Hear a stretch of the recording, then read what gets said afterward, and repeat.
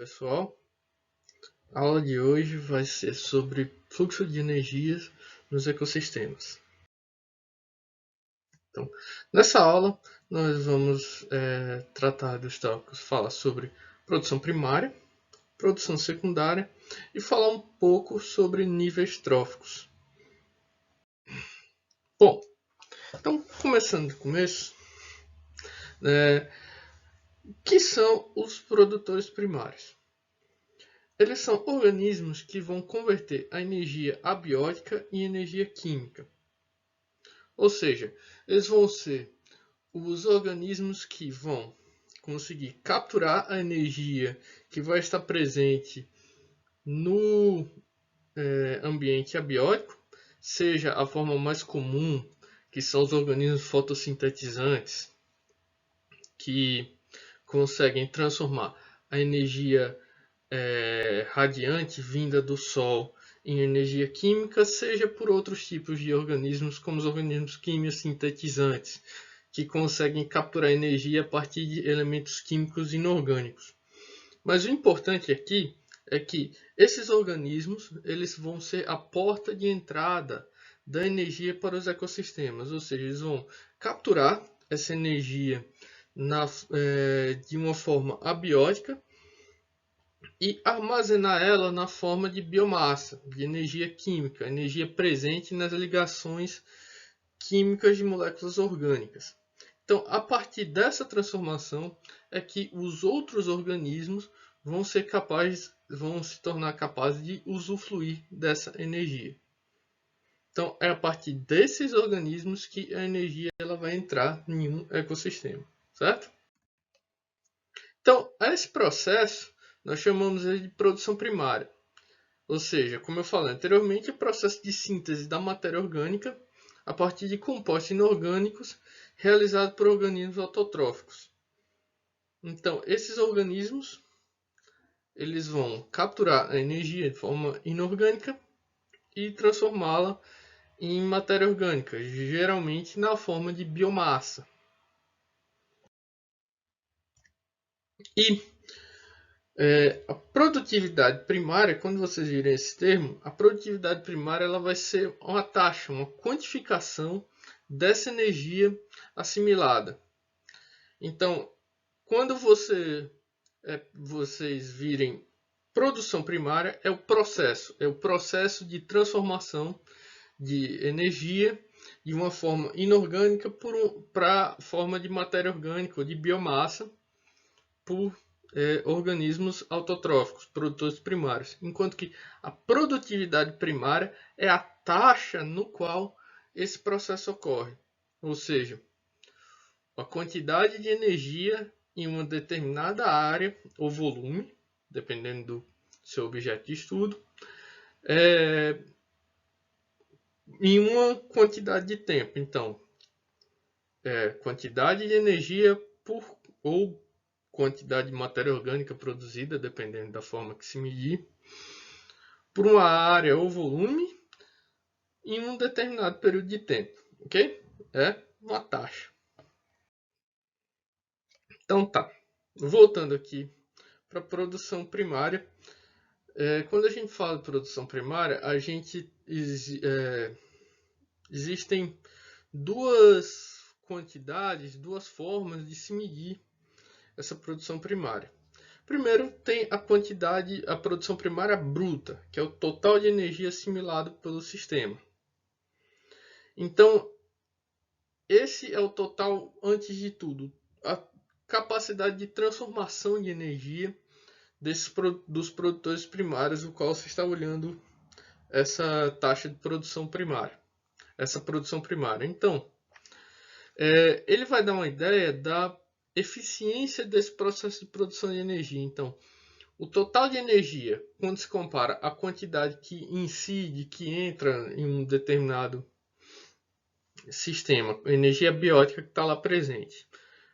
E aí se vê o quanto dessa energia vai ser convertido em energia química. Então essa vai ser o total, a produção primária bruta. No entanto, é importante lembrar que os organismos autotróficos, os produtores primários, sejam eles de qualquer tipo, bactérias, algas, vegetais superiores, todos eles têm suas próprias necessidades energéticas. Todos eles gastam energia para sua própria manutenção. Então, eles respiram, realizam várias funções metabólicas e com isso eles gastam energia. Então, a produção primária líquida, ela vai levar isso em conta. Ela vai ser a energia que é transformada em biomassa, ou seja, a energia que esses organismos armazenam nas suas estruturas, que eles conseguem armazenar. Então vai ser a quantidade de energia absorvida, né, a produção primária bruta, menos as necessidades metabólicas desses organismos. E isso vai significar que vai ser o total de energia disponível para o próximo nível trófico. Ou seja, quando um organismo, um herbívoro, um organismo que se alimente desses produtores primários, for se alimentar desse organismo, a produção primária líquida vai ser o total de energia que eles vão ter disponível para isso, né, no total.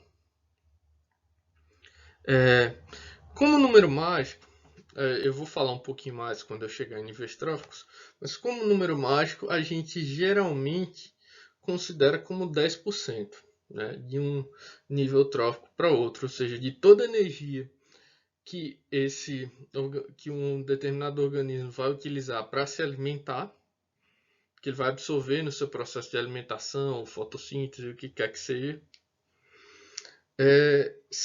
geralmente 90%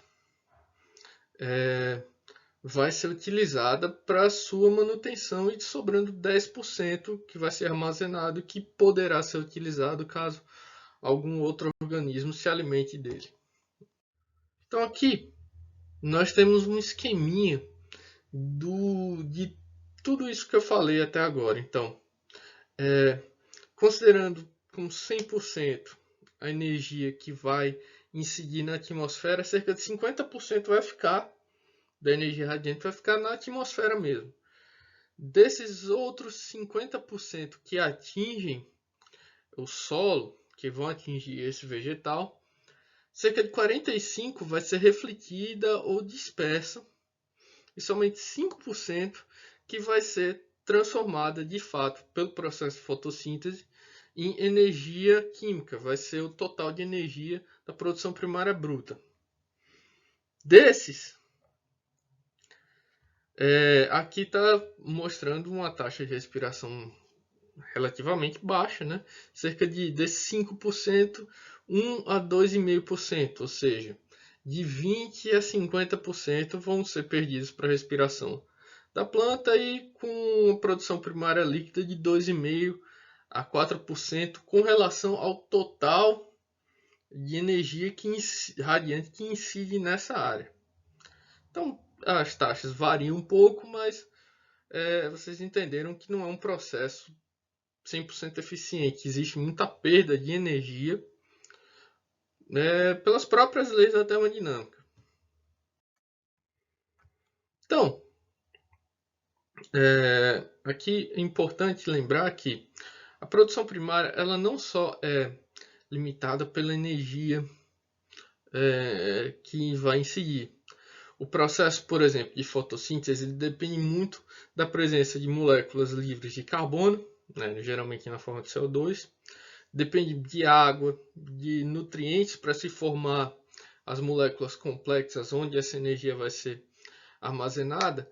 Então, isso significa que a produção primária, qualquer que seja o tipo dela, ela pode ser limitada por diversos fatores que não só a disponibilidade de energia. Então, muito raramente, mesmo levando em conta que o processo em si ele já não tem 100% de eficiência, nem poderia ter por causa da segunda lei da termodinâmica, mas mesmo esse processo que já não tem uma eficiência de 100%, ele geralmente não vai funcionar na sua eficiência máxima, porque existe uma série de fatores limitantes que vão estar agindo concomitantemente. Então, aqui dois exemplos de ambientes que têm uma produtividade bem grande, né? E por justamente terem poucos fatores limitantes, ou seja, por exemplo, uma zona costeira, ela vai ter acesso a muitos nutrientes que geralmente não vão atuar como fatores limitantes em ecossistemas marinhos e aquáticos em geral. Enquanto que uma floresta tropical ela vai ter muito acesso à água, que geralmente é o fator limitante em ecossistemas terrestres. Mas isso vai ter uma aula subsequente a essa, que vai ser a aula sobre produtividade, que eu vou entrar em mais detalhes sobre isso. Então tá, nós sabemos que os produtores primários são aqueles que conseguem fazer com que a energia abiótica entre no ecossistema. Mas eles não são os únicos elos nessa corrente. Os outros organismos que não conseguem produzir o seu próprio alimento são chamados de consumidores, ou seja, organismos que se alimentam de outros organismos. Certo? Aqui um exemplo bem bonitinho. Então, esses organismos eles também têm seu próprio tipo de produção. Nós chamamos de produção secundária a energia que ela vai ser assimilada como biomassa pelos heterótrofos e que vai ser a energia disponível para o nível trófico seguinte. Então, quando um animal, por exemplo, um herbívoro, ele se alimenta de um vegetal ou ele vai usar uma parte dessa energia, ela vai ser perdida, né? Ele não vai conseguir absorver por N razões. Uma outra parte ela vai ser utilizada para manutenção desse animal e cerca de 5 a 20%. Isso aí depende muito, geralmente, como regra geral, quanto mais pobre em termos de energia for um ambiente, mais eficiente vai ser a capacidade de absorção de energia dos consumidores nesse ecossistema. Mas isso vai variar de 5 a 20% essa capacidade de absorção, com um número mágico que a gente costuma utilizar, como forma didática e tal, 10%, que é geralmente a média geral dessa capacidade de transferência de energia. Então aqui um esqueminha, certo? De uma lagarta e de como funciona a sua produção secundária. Então, essa lagarta ela consome uma quantidade de energia de um material vegetal de aqui 200 joules. Então, desses 200 joules, cerca de 100 eles vão ser eliminados nas fezes desse animal, porque ele não vai conseguir absorver essa energia. Por causa da estrutura de um vegetal, que é difícil de gestão, N razões. Cerca de 67 ele vai ser utilizado na sua respiração celular, ou seja, na manutenção, energia para manutenção do funcionamento desse organismo. E 33% é que vão ser absorvidos como biomassa, ou seja, vão ficar como reserva. E se algum outro animal for se alimentar dessa lagarta, um pássaro, por exemplo, ele vai ter, desses 200 joules que ela absorveu, 33 vão estar lá nesse bicho. Então, continuando aqui na nossa cadeia trófica, nós temos os decompositores. Os decompositores, eles se alimentam de matéria orgânica morta.